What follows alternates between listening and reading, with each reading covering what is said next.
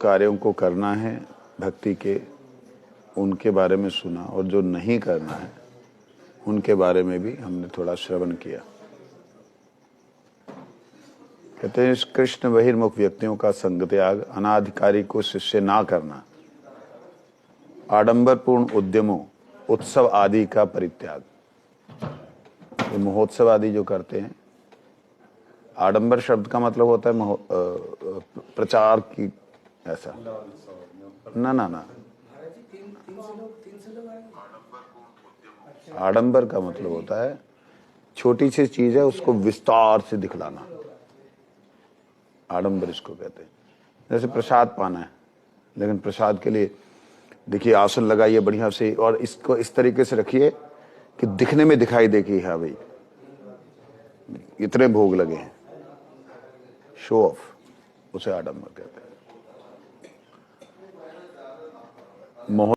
व्यवहार में कृपा, शोक आदि के अधीन ना होना, शोक आदि के अधीन ना होना, अन्य देवताओं की अवज्ञा ना करना, प्राणी मात्र को उद्वेग ना देना, सेवा अपराध और नामापराध से सर्वथा दूर रहना। अब सेवा अपराध नामापराध वो भी 64 है, उनको 32, हाँ, और 32 जो है 10 नामापराध है और 32 वो है, वो अलग से है। भगवान और भक्तों की निंदा आदि सुनकर उसे सहन ना करना, ये हमारे लिए निषेध के रूप में पालन करना है। निंदा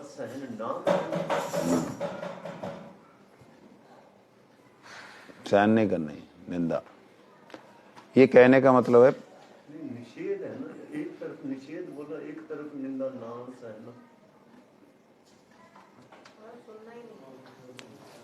ये निषेध के रूप में इसको पालन करना, ये नहीं करना, ये नहीं करना, ये नहीं करना, मतलब करना तो है, निंदा नहीं सहना। और इसको थोड़ा सा खोल करके बात कर लेते हैं। कल हमने श्रवण कर लिया था बहिर्मुख व्यक्तियों के संग का त्याग, अनाधिकारी व्यक्ति को शिष्य ना करना, अनाधिकारी जो व्यक्ति है उसको शिष्य नहीं बनाना। अनाधिकारी व्यक्तियों में कौन आ जाते हैं? जिनकी कृष्ण में अनन्य निष्ठा नहीं है, जो खाने पीने में उन वस्तुओं का त्याग नहीं कर सकते जो भगवान को अर्पण नहीं की जा सकती, भगवान की जो व्रत हैं उन व्रतों को जो पालन नहीं कर सकता, ऐसे व्यक्ति को पैसे के लोभ से, प्रतिष्ठा के लोभ से दीक्षा देना, शिष्य बनाना नहीं चाहिए। अनेक ग्रंथों का पठन पाठन और व्याख्यावाद का परित्याग, अनेक ग्रंथों का, जैसे मैंने पीछे उपनिषदों का चर्चा की, ये अनेक ग्रंथों में आ गया। जैसे हम लोग जो गौड़ीय संप्रदाय से जुड़े हुए हैं, श्रीमद् भागवत, भगवत गीता, ये मुख्य ग्रंथ, और उसके अलावा हमारे गोस्वामी गणों ने हजारों ग्रंथ लिख दिए, केवल उसी का ही चिंतन, उसके अलावा बाकी का जरूरत नहीं। ये व्यवहार में कृपणता का परित्याग। कोई पूछ सकता फिर आपने क्यों किया? अभी मेरे से किसी ने बोला हुआ है कि आप जो है, उन्होंने मेरे कुछ प्रवचन सुने थे, शायद आप लोग जानते हो, डॉक्टर अरुण मित्तल, परम गुरु जी के शिष्य थे, ओशो से बहुत ज्यादा प्रभावित। उन्होंने मेरे से बोला, कारणीयता करके देखो जरा, अपनी मारते रहंदे सारे जने, अष्टावक्र गीता नू व्याख्या करो। मैं कोई गल नहीं कर दूंगा। अष्टावक्र गीता जब मैंने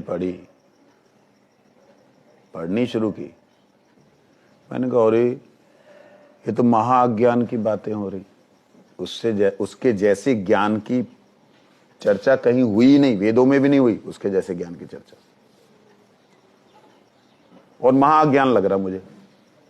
आप क्या बात कर रहे हो? क्योंकि अष्टावक्र ऋषि जो थे, मुनि जो थे, उनके पिता को, शायद नाम उद्दालक, जो भी उनके पिता का नाम था, उनके पिता को जनक की सभा में अपमानित करके खत्म कर दिया गया। जनक यहां पे समझना होगा, जनक का मतलब क्या है। सीता के पिता जनक नहीं, जनक उनके आज तक वंश में जितने आते हैं उनका नाम जनक ही है। जैसे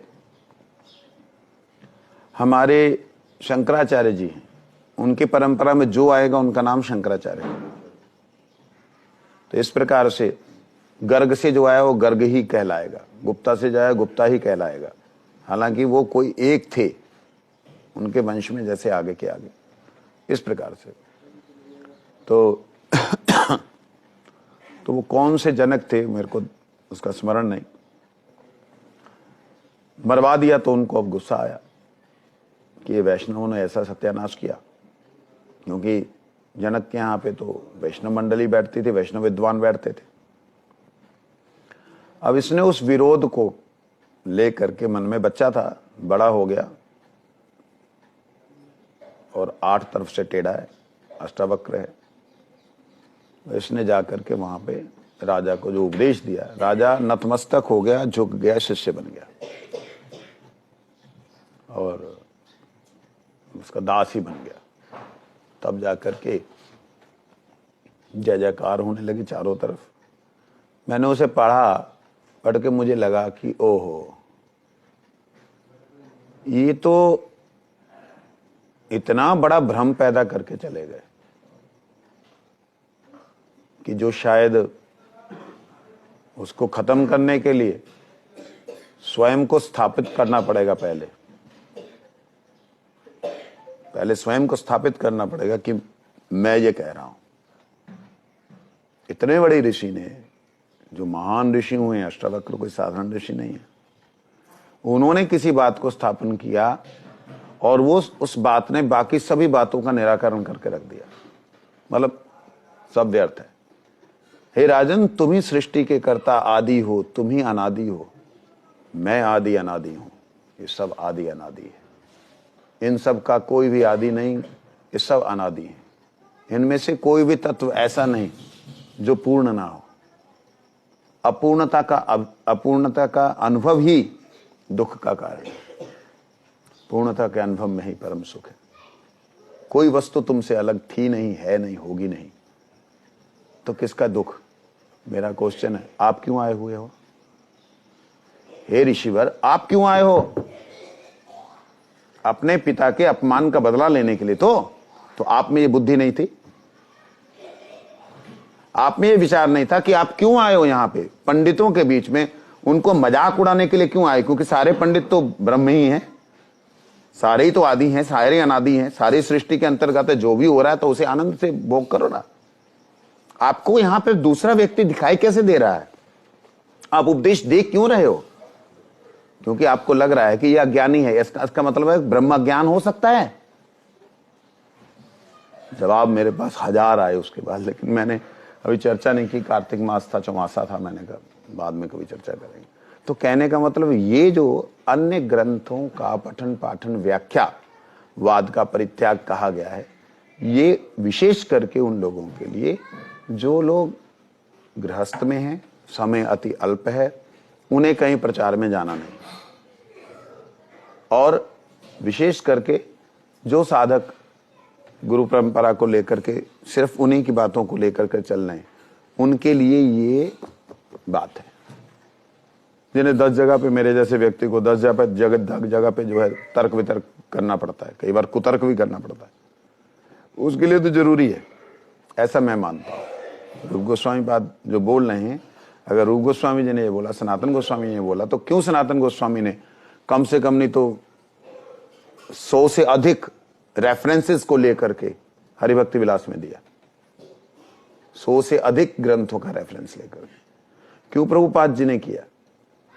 तो मैं अपने आप को जो है ना वो कर रहा हूँ, क्या बोलते हैं, बचाव, जस्टिफाई कर रहा हूं, जो कि अनुचित है। उचित नहीं है, गलत है। यहां कहने का सिर्फ अभिप्राय है कि देखो, समय मत बर्बाद करो, भक्ति ग्रंथों को पाठ करो, जो गुरु वर्गों ने हमारे ग्रंथ लिख दिए उनका पाठ करो, जिससे तुम्हारा कल्याण हो। क्योंकि जब उन्होंने इतनी मेहनत करके सार निकाल के दे दिया, फिर तुम क्यों जा रहे हो उसमें, क्यों ढूंढने के लिए जा रहे हो, ये कहने का अभिप्राय है। और यही हमारा आदर्श है। व्यवहार में कृपणता का परित्याग। हमारे व्यवहार में कृपणता बड़ी भयंकर रूप से रहती है। भगवान गुरुदेव की कृपा से, गुरु जी की कृपा से मेरे मन में अगर चलते चलते संकल्प आ जाए ना कि अरे यार ये था, इसको देना था, तो मैं चाहे जाते हुए 100 मीटर आगे चला गया हूं, गाड़ी में हूं, वापिस आऊंगा उसको दूंगा। क्यों? गुरु महाराज जी को मैंने देखा ट्रेन के अंदर आज, और जितना आएगा संकल्प 10, 20, 100, 200, 500, वो जो आएगा, क्योंकि भगवान को छोड़ दे एक सेकंड के लिए, इस प्रकृति के अंदर तुम्हारे द्वारा किए गए कर्मानुसार किसी का लेना देना वो तुम्हें रिफ्लेक्ट होता है। ये बात व्यक्ति समझ नहीं पाता, वो रिफ्लेक्ट होता है कि इतना अच्छा दे दो उसको, उसमें फिर कंजूसी नहीं करो, ओ ये तो गंदा है, जहां ये तो ऐसा है वैसा है ना, सोचना नहीं, सोचना नहीं है, कर दो। कृपणता नहीं करनी चाहिए। विशेष रूप से व्यवहार में कृपणता बोला है। व्यवहार में कृपणता, इसके अंदर सब कुछ आ गया, धन भी आ गया, वार्तालाप भी आ गया, आपका अंदर इतनी दया, इतनी करुणा की इच्छा है भगवान के लिए से कि आपके जितने भी कष्ट और जो दुख हैं, जहां आपके पाप हैं, वो निवृत्त हो जाए, खत्म हो जाए। ये इच्छा है ना कि हमें अपराध क्षमा करो प्रभु, अपनी शरण में लो, हमारे जो है जितने भी हमने जो कर्म किए हैं उनको आप मत देखिए, अदोषदर्शी हो। हम जब बोल रहे हैं, हमको ये चाहिए, अगर ये भगवान की तरफ से हमें जो ये चाहिए, अगर चाहिए, तो इसका व्यवहार अर्थात कृपणता, इसमें कंजूसी मत करो। ये तभी मिलेगा जब तुम्हारे पास जितना है उतना दे दो बाहर। परम गुरुदेव जी ने इसको और सरल शब्दों में इस प्रकार लिखा, वैष्णव सेवा में कृपणता नहीं करना। वैष्णव सेवा में कृपणता नहीं करना की एक तो पूरी तरह अलग हो गया, ये तो पूरी तरह अलग हो गया। लेकिन यहां पे व्यवहार में कृपणता, मैं व्यवहार को ले रहा हूं। व्यवहार के अंदर कृपणता मतलब आपके अंदर जो दया ठाकुर जी से प्राप्त हुई है, या जो दया भाव है, उसमें कंजूसी नहीं करनी। जैसे मैं कंजूसी करता हूं ना, हड़ो, हृदय में मेरे रहता है, भगवान कृपा करें, गुरुदेव कृपा करें, ये लोग मेरे पास नहीं आए, हृदय में ये रहता है। लेकिन ऊपर से मैं जो कृपणता करता हूं ना, ऐसे नहीं मेरे पास नहीं, उनके पास जाओ, उनसे प्रेम मिलेगा, ये कृपणता की बात हो रही है।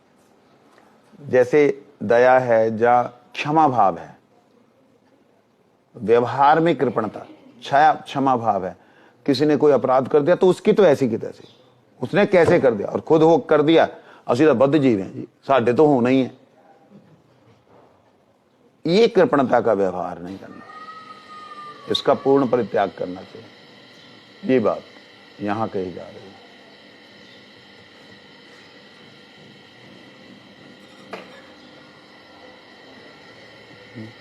वो वाली लाइट दूसरी जला, ऊपर वाली।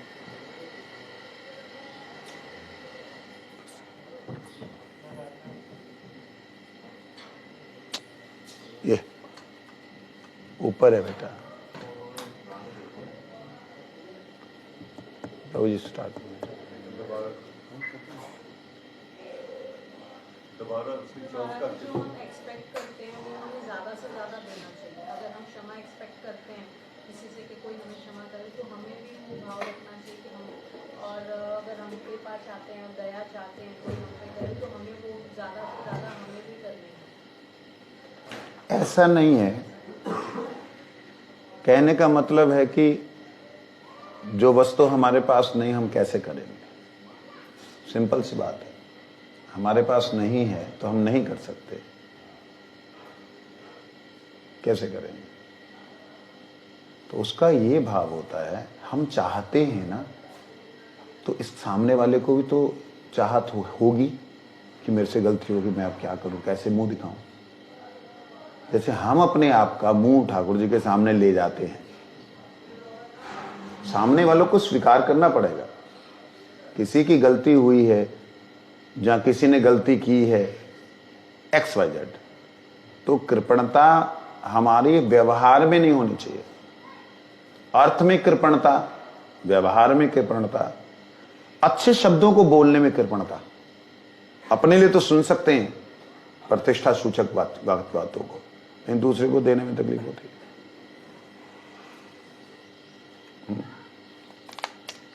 ये चीज व्यवहार में कृपणता इस तरीके से हमें लेनी होगी। इसमें कुछ भी ले सकते हैं, कैसा भी। अगर सामने वाले ने दंडवत प्रणाम किया है तो हम भी करें, नहीं किया तो भी हम करें। व्यवहार में हमारी तरफ से कृपणता क्यों? अक्सर क्या आजकल क्या हो रहा है, पहले तो हमने गुरुजनों को देखा, मतलब परिक्रमा चल रही तो भी वो झुक के दंडवत प्रणाम करेंगे। आजकल वो खत्म हो गया, क्योंकि इतनी पब्लिक है साथ में। अब महाराज एक जगह झुक रहे हैं, दंडवत प्रणाम कर रहे हैं, सारी पब्लिक करेगी, पीछे से ट्रैफिक उड़ा देगा। तो महाराज हरे कृष्ण, वालो वचन, इतना ही रह गया। तो व्यवहार में कृपणता का बहुत विस्तार हो सकता है। ये नहीं करनी हमने। अपनी पत्नी से, पति से, बच्चों से, सास से, ससुर से, इसमें हम क्यों कृपणता करेंगे, कंजूसी करेंगे? तो नेचुरली है कि उसका रिएक्शन हमारे दिमाग पे पड़ेगा। हृदय में नहीं कह रहा हूं, दिमाग पे पड़ेगा, और दिमाग से हम परेशान रहेंगे। मेरे साथ गलत व्यवहार किया तो मैं उसे देख नहीं सकता या देख नहीं सकती, ये अगर भाव रहा तो फिर आपका दिमाग खराब रहेगा। क्योंकि जैसे वो सामने आएगा बुद्धि खराब हो जाएगी। आ गया उस वेले तो इदा ऐसा गया, वैसा गया, अब यहां पे आके भक्ति दिखा रहा, दिमाग घूमता रहेगा। ऊपर से आप कहें हाँ जी, हाँ जी। तो ये कृपणता जो है ना, कंजूसी करने से ये नुकसान है। जो उसका क्या व्यवहार है, आपको क्या लेना देना उसका? ये आपके लिए या उसके लिए है? ये उसके लिए नहीं है, ये आपके लिए। आपने करना करो, नहीं तो उसका मत सोचो। नहीं, अगर मतलब हमने तो मतलब बिल्कुल के रख दिया, आपने रखा, बस खत्म। सामने वाला कोई ना करे, कोई क्षमा नहीं, कुछ नहीं, रहने दो। उससे आपको क्या लेना देना? आप भगवान के सामने प्रस्तुत हैं या गुरु जी के सामने प्रस्तुत हैं, या उसके लिए प्रस्तुत हो रहे? किसके लिए प्रस्तुत हो रहे? जो हमारा परिवार है, अपने परिवार की बात ही कर रहा हूं मैं बाहर की बात नहीं कर रहा। मैं इसी परिवार की बात कर रहा हूँ। इस परिवार में मान लो पिताजी साहब, मैंने कोई अपराध कर दी, माफी मांग ली, और ये मुझे क्षमा ना करे तब आपकी तरफ से तो, और बोलना बातचीत बंद कर दे तो आपकी तरफ से व्यवहार नहीं करना होना चाहिए, खत्म। इसका मतलब आपकी अपेक्षा है कि बिल्कुल है कि ये हम जिस परिवार में रह रहे हैं प्यार से रहें। ना फिर आप सामने आप प्यार नहीं करेंगे तो क्या मतलब है? देखिए बहुत सी बातें फिर जो है ना, ये हम नहीं पालन कर रहे। सिंपल सी बात है। अगर मेरे को अपेक्षा है कि सामने वाले का व्यवहार मेरे से ऐसा हो या ऐसा होना चाहिए, तो मैं इसे पालन नहीं कर रहा हूं। मीन्स मेरे में अभी और टाइम लगेगा इसको पालन करने में। सिंपल सी बात है। मेरे को कई लोग नहीं पसंद करते, नहीं करते, सामने से हाथ जोड़ देंगे और पीठ पीछे उत्थे नहीं जाना, उन्होंने नहीं मिलना। लेकिन मैं उनसे जब मिलता हूं, हृदय से मिलता हूं कि मेरे गुरुदेव के प्यारे हैं। मेरे से व्यवहार खराब हो सकता, मेरे गुरुदेव से तो नहीं। मेरे गुरुदेव का निंदुक होगा अगर कोई, तो मैं उससे व्यवहार नहीं करूंगा। वो तो है बहिर्मुख व्यक्तियों का संग त्याग। अगर मेरे गुरुदेव का, मेरी परंपरा का निंदुक है, निंदा करने वाला है, जब विरोध करने वाला है, मैं तो खैर मैं तो भी नहीं छोड़ूंगा, लेकिन आप लोगों को उससे व्यवहार नहीं करना। जो ग्रंथों में आचरण दिखाया गया वो अगर वो भी नहीं प्रॉपर कर, आपको क्या लेना देना यार? अपने में देखो ना, आप कर रहे हो क्या? आप नहीं कर रहे ना, फिर बद्ध जीव हो आप, वो भी बद्ध जीव है। दो बद्ध जीव अगर आपस में प्रेम नहीं करेंगे तो कैसे होगा? आप उसको सिद्ध क्यों मान रहे जिस परंपरा में हूं तो प्रेम के बिना कुछ है नहीं हो? माना। परंपरा में आप भी तो हो। हाँ बिल्कुल हो। तो आपका आचरण अगर नहीं है और सामने वाले का नहीं है तो क्या हो गया प्रॉब्लम? आपको कीचड़ लगा, उसको कीचड़ लगा प्रॉब्लम में आप सीनियर आपने करके दिखाएंगे तो हम ना, कैसे करेंगे? ऐसा गलत है, ये गलत। सीनियर को देखना, गुरु को देखो, सीनियर को देखना, आचार्यों को देखो। सीनियर को देखना तो उन्हें देखो ना, बराबर वाले को क्यों देख रहे हो? आप अगर व्यास गद्दी पे बैठ के आते व्यास गद्दी पे बैठने से सिद्ध नहीं हो जाता। तो क्या ठीक है, वो क्या है? आप व्यास गद्दी पे बैठ के प्रवचन कर रहे हैं, आपका व्यवहार आचरण सही नहीं है तो देखिए, व्यास गद्दी पे कुत्ता भी बैठ सकता है और बोलो, वो भी बोल सकता है, अवैष्णव मुखाद उद्गीर्णम पूतम हरिकथामृतम, वो भी पवित्र हरिकथामृत बोल सकता है। आप उसे स्वीकार करें या ना करें, ये आपके अंदर की बात है।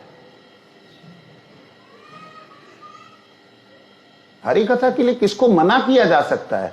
कीर्तन के लिए किसे मना किया जा सकता है कि आप नहीं कर सकते, आप पतित हो?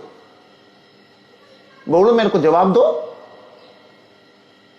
कीर्तन, भगवान की कीर्ति का वर्णन किस अधम के लिए मना है? कोई शास्त्र में दिखा दीजिए मुझे कि भाई इस प्रकार का अधम होगा तो वो कीर्तन नहीं कर सकता, भगवान की कथा नहीं बोल सकता। बता दो, दिखा दो मेरे को। आचरण की बात तो बाद की बात है, कीर्तन की बात। आपने बोला कि भगवान की कथा नहीं कर सकता, जब कथा करता तो आचरण होना चाहिए, ये तो गलत है। कथा जो करता है उसका आचरण अगर नहीं है तो ये उसका पर पर्सनल मामला है। कथा तो भगवान की कर रहा है। हाँ, गुरु जी ने जो अपने को आदर्श स्थापित किए, वो नहीं मिल सकता आगे, पहले दिमाग में रख लो 100%। तो फिर जो उनका आश्रय लेकर वो व्यवहार कर रहे हैं वो क्या उचित है? नहीं उचित, उस टाइम था ये, इस बात का उचित नहीं है, बस यही बात ना ना, उचित नहीं है। इसका मतलब ये नहीं है कि गुरुदेव की वाणी, गुरुदेव के प्रचार को अगर कोई व्यक्ति कर रहा है तो मैं उसका विरोध करूं, ये तो गलत है। छलावा नहीं छलावा। आप एक बात समझो, बात को मैं जस्टिफाई नहीं कर रहा हूं। जैसे मैंने अपनी बात को जस्टिफाई करने के बाद बोला ये गलत है, बोला ना, अन्य ग्रंथों इत्यादि के बारे में, अन्य व्याख्याओं के बारे में मैं करता हूं, परंतु ये गलत है सबके लिए। उसके बीच में मैंने ये भी बोला कि मगर मुझे मजबूरी है, मेरा काम ये है, तो वो एक अलग बात हो गई। तो कहने का मतलब होता है, हम अपने सामने जो चश्मा लगा के रखेंगे उसके अलावा हमें कुछ नहीं दिखाई देगा। हमने अगर देख लिया कि व्यक्ति ने चोरी की है और व्यक्ति ने कुकर्म किया है, तो हम उस व्यक्ति के सारे अन्य कर्मों को देख नहीं सकते, नहीं देख सकते, और जिसके कारण से हमारे व्यवहार में कृपणता आ जाती। गुरु जी की उदारता को क्यों नहीं हम देखते? हम चाहते गुरु जी मेरे प्रति उदार रहें, गुरुदेव मेरे प्रति दयावान रहें, और मैं भी पतित हूं, मैं भी इंद्रियों से अभी उठा नहीं हूं, लेकिन गुरु जी मेरे प्रति दयालु रहें। मुझे मेरे प्रति दयालु चाहिए, गुरुदेव की कृपा चाहिए, दया चाहिए। दया नॉट कृपा, करुणा चाहिए नॉट कृपा। कृपा, करुणा, दया तीनों में अंतर होता है। दीन को देख के दया आती है, और दीन है, बोल भी नहीं पा रहा है, सामर्थ्य ही नहीं है, उसमें करुणा आती है। कृपा होती है जब कोई कर रहा है और फिर उसके ऊपर देने का कुछ, उसको प्राप्त कराने के लिए कुछ इच्छा हो, कृपा होती है। तो इसलिए बात हो रही है 64 भक्ति अंगों के पालन की, तो मैं कर रहा हूं कि नहीं मुझे ये देखना है। कितना कर पा रहा हूं मुझे ये देखना है।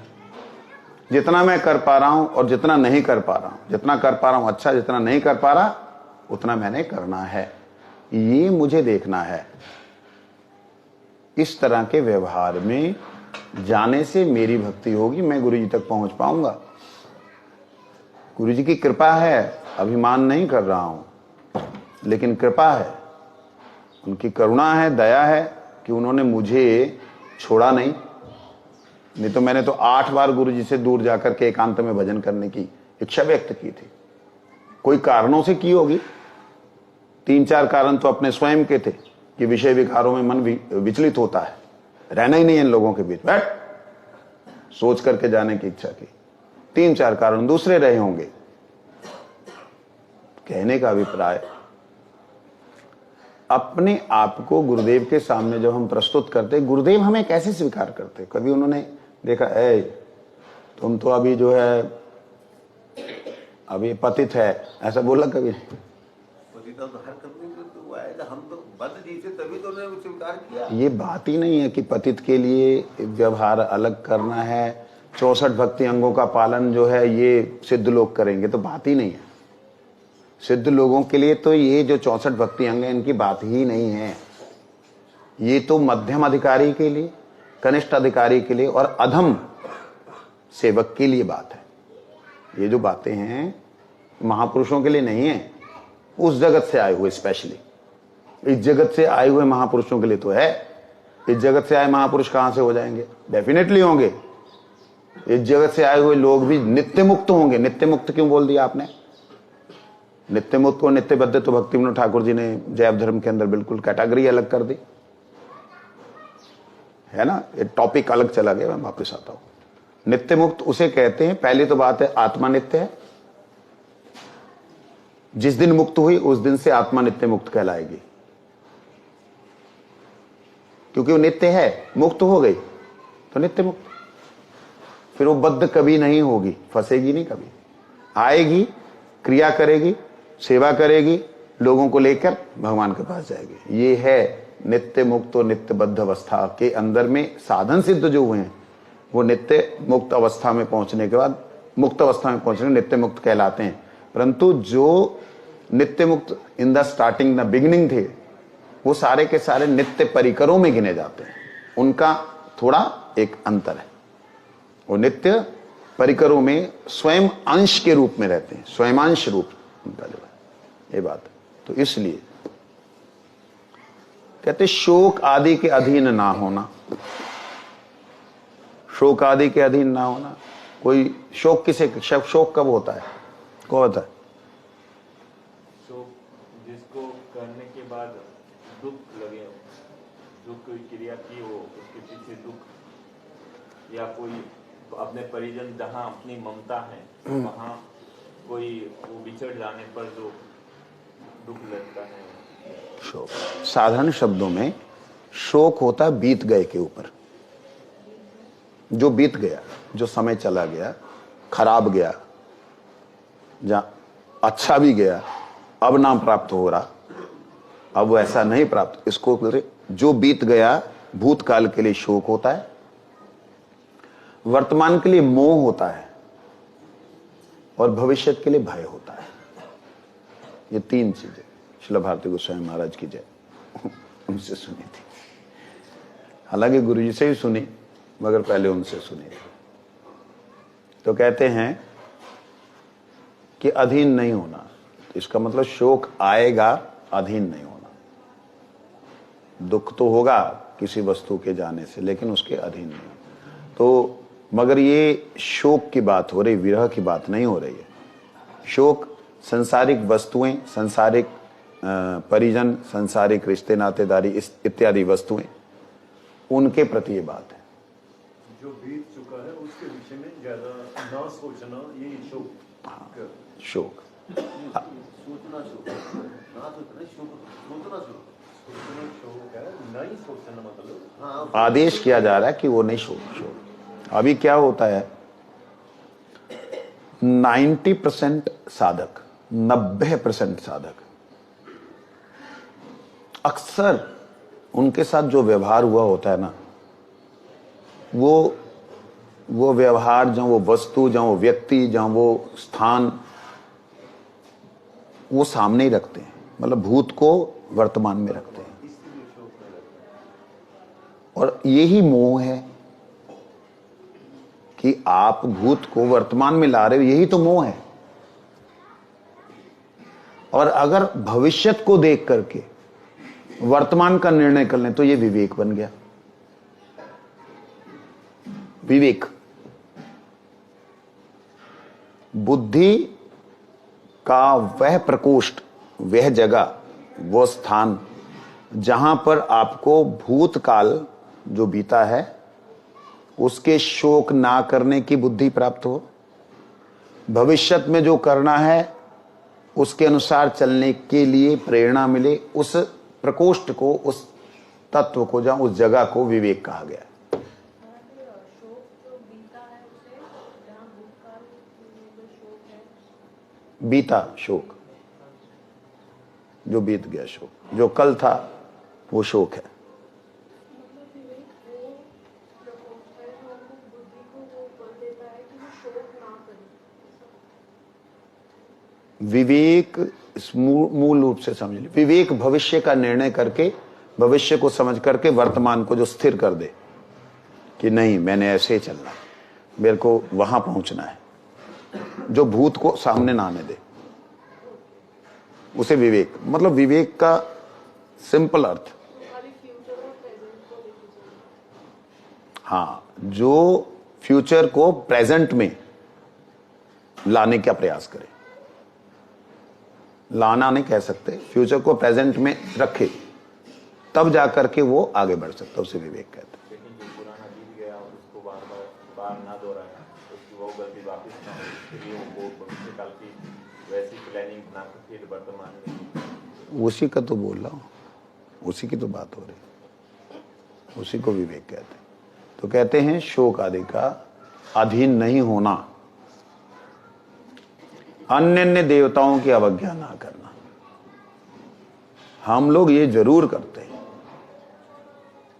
जिसके कारण से बहुत सालों तक तिलक लगाने पर, कंठी पहनने पर, चुटिया रखने पर, माला घिसने पर, शब्द में प्रयोग कर रहा हूं गंदे, भगवान के नाम में रुचि नहीं होती। देवता शब्द का अर्थ मैं कई बार कर चुका हूं, यह जो देवे सो देवता, जो देवता, जो देता वो देवता। हाँ जी गुरु जी, हाँ गुरु जी बोलो। मेरा प्रश्न ये है, जैसे आप अभी जिस शिष्य के बारे में बता रहे थे आप अभी, गुरु जी या ऐसे देवता उनको देख के उसको करने की कृपा करें, ऐसे भक्त को क्या किया जाए जो गुरु जी का सामने बनेगा, हाँ मैं कर रहा हूँ फिर पीछे उसके वक्त तो धैर्य भी नहीं रहता है, तो भक्त के लिए गुरु जी कैसे करते हैं? गुरु की जो दया है, गुरु की जो कृपा है, वो तो एक जैसी होती है। हाँ वो तो ठीक है, तो मैं जानता हूँ। ये जितनी बातें हो रही हैं ये हमारे लिए हो रही हैं, इसे जो स्वीकार करेगा वो उतना ही नित्यानंद बलदेव तत्व रूप गुरु को प्रकाशित हृदय में पाएगा। जो इसको नहीं करेगा, जितना नहीं करेगा उतना वो अंधेरे में रहेगा। भगवान तो किसी को जबरदस्ती खींच के लाएंगे नहीं। उनको क्या ठेका क्या ले रखा है? ठीक है, जो व्यक्ति चाहता है कि मैं ऐसा प्राप्त करूं ठाकुर जी को, मैं गुरु जी को प्राप्त करूं, तो उसको ये करना है। जो इसे सुन रहा है, समझ रहा है, करने की चेष्टा कर रहा है। कई बार क्या होता है जयदेव प्रो, कई बार ना बहुत बड़ा ये एक वो है, मैं अपने साथ बीती हुई घटना बतला रहा हूं। मेरा व्यवहार जो है बहुत ही नीरस था, अभी भी है, परंतु अब मैं ऐसा नहीं हूं। आप लोगों ने पहला देखा होगा तो मैं स्त्रियों से तो बात ही नहीं करता था, प्रणाम प्रणाम चलो ठीक है, ऐसे रहता था। क्यों? उसका कारण मेरा था कि मैं खुद वीक था। आज खोल रहा हूं पहली बार लाइव, खुद वीक था। मेरे को ऐसे लगता था कि व्यवहार करूंगा तो मैं कहीं गिर ना जाऊं। बाहर से कैसे दिख रहा है, ध्यान देना, बाहर से दिख कैसे रहा है, ये बड़ा अभिमानी है। कई तो माताओं ने तो अभिशाप दिया, पता लगेगा जब तक गिरेगा। अभिशाप दिया मेरे को, ऐसी तेरी मावा वर्गियां हैं। मैं कहा ठीक है देखेंगे अपन। तो वो अभिमान दिखने वाला, लगने वाला, अंदर से भय था एक। और दूसरा मेरा व्यवहार क्या था कि पब्लिकली मैं किसी को भी यदि गलत है तो बोल देता था, फलाना ठिकाना कर देता था। अब नहीं वो करता, मतलब अब 1% होगा, 1% होगा, वो भी उनको जो बिल्कुल अपने लोग हैं उनको डांटता हूं या उनको बोलता हूं।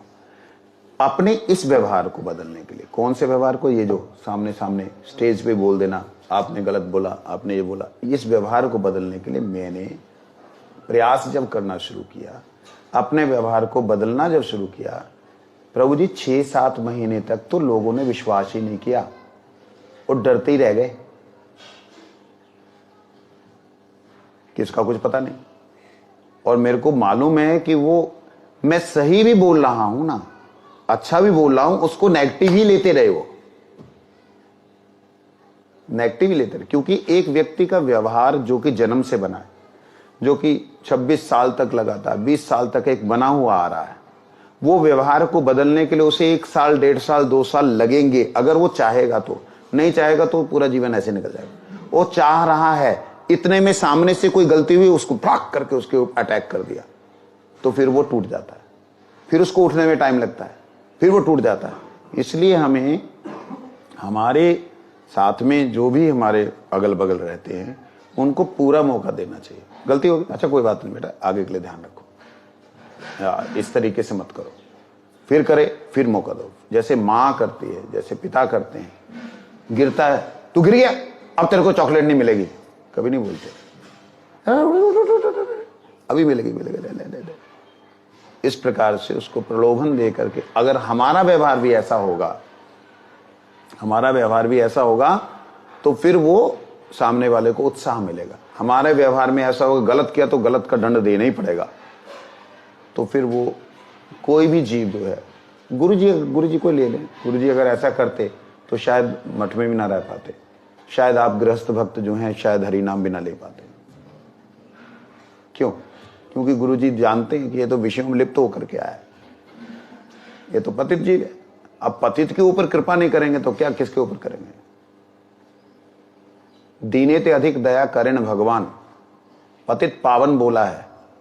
जो चरणों में आ गया वो कैसा है कैसा नहीं है उसको ना देख के मैं कैसा हूं, मतलब गुरु जी अपने उस प्रेम को देने के कारण तो हम फंसे हुए हैं सारे के सारे। बताओ आप और मैं, हमारा किसी का स्वभाव नहीं मिलता, क्यों एक दूसरे के साथ बैठे? इसलिए कि गुरु जी का प्रेम हम सब में है, हम उन्हें चाह रहे हैं, इसीलिए तो हमारी चाहत में कोई कमी नहीं। वो अलग अलग कैटेगरी के, चाहत हमारी सबके गुरु जी हैं। तो इस प्रकार से, तो जो व्यक्ति इस प्रकार से करता है उसको अपने आप को सावधान करना चाहिए, कोशिश करनी चाहिए कि मैं सब समय ही मेरे गुरुदेव ने, मेरे वैष्णवों ने जो आदेश दिया वैसे चले, तभी उसका कल्याण होता है, तभी कल्याण होता है। अब जैसे कई हैं, मैं नाम नहीं बोलता, मैं कहीं भी चला जाऊं, फलानी, अच्छा वहां पे ये है आश्रम में फलाना आदमी है ना, एक आदमी भी रहने से, नाम बोलने से नाराज हो जाएगा, निश्चिंत रहता हूं। अमुक व्यक्ति है, निश्चिंत रहता हूं। और अपने साथ वालों में से दूसरा व्यक्ति है तो चिंता में रहता हूं। दो एक व्यक्तियों को बोलता हूं, भाई थोड़ा मठ में ख्याल कर लेना, देख लेना जाके, समझे नहीं? ऐसा होता है। तो हर कोई व्यक्ति ऐसा नहीं है कि योग्य हो, हर कोई व्यक्ति ऐसा नहीं है कि वो अयोग्य है, अयोग्य है ऐसा नहीं है, लेकिन वो उस कार्य के लिए परफेक्ट नहीं है। उसकी बुद्धि इतनी सी है, हम अपेक्षा करें इतनी चाहिए हमें, जितनी है उतने हो सकता है कि उतना वो पूरा जोर लगा रहा हो। जैसे हमारा एक बच्चा, उसकी जितनी योग्यता है उतना जोर लगा रहा है, लेकिन व्यक्ति जो सामने वाले हैं वो अपेक्षा करते नहीं, इसके तो इतनी बुद्धि फलानी जगह चलती है तो इसमें क्यों नहीं चलती, इसमें भी चलनी चाहिए। तो नहीं है। अब उसको 6 श्लोक बोल दो बोलने के लिए, लड़खड़ा जाएगी जवान, नहीं है उसके पास में। और उसको नोटों को गिनने के लिए दे दो, उसको याद रहेगा फलाने ने कितना दिया, ढिकाने ने कितना दिया, उसमें उसकी चल रही। बात यह कि जो जितना कर सकता या कर रहा है, गुरु जी की कृपा से धन्यवाद है उसका। बस इस बात से क्या होगा कि हमारा व्यवहार सही हो जाएगा, हम आगे बढ़ने लग जाएंगे। मैं तो गुरु जी की कृपा है, मैं जयदेव, दामोदर महाराज, पुजारी जी, हम चारों लोग जब निकले थे, हमारे अंदर 1% ये नहीं था कि फलाना आदमी नहीं रहेगा तो कार्य नहीं होगा। जयदेव प्रभु पूजा नहीं कर सकते सिर्फ, लेकिन फिर भी ठीक है मारे मैं कर दूंगा, जाओ क्या करना, हरे कृष्ण कह के ठाकुर जी को स्नान करा देना, वो नहीं उन्होंने किया। मैं पूजा करना, भोग लगाना, श्रृंगार करना, जैसा भी आता है किया। कभी भी ये नहीं है कि मैं रसोई नहीं बना सकता, मैं बर्तन नहीं मांज सकता, मैं ये नहीं कर, कोई कार्य है ही नहीं कि हम जो है चारों में से कोई एक व्यक्ति है और ये सोच ले कि भी वहां पे टेंशन है ही नहीं।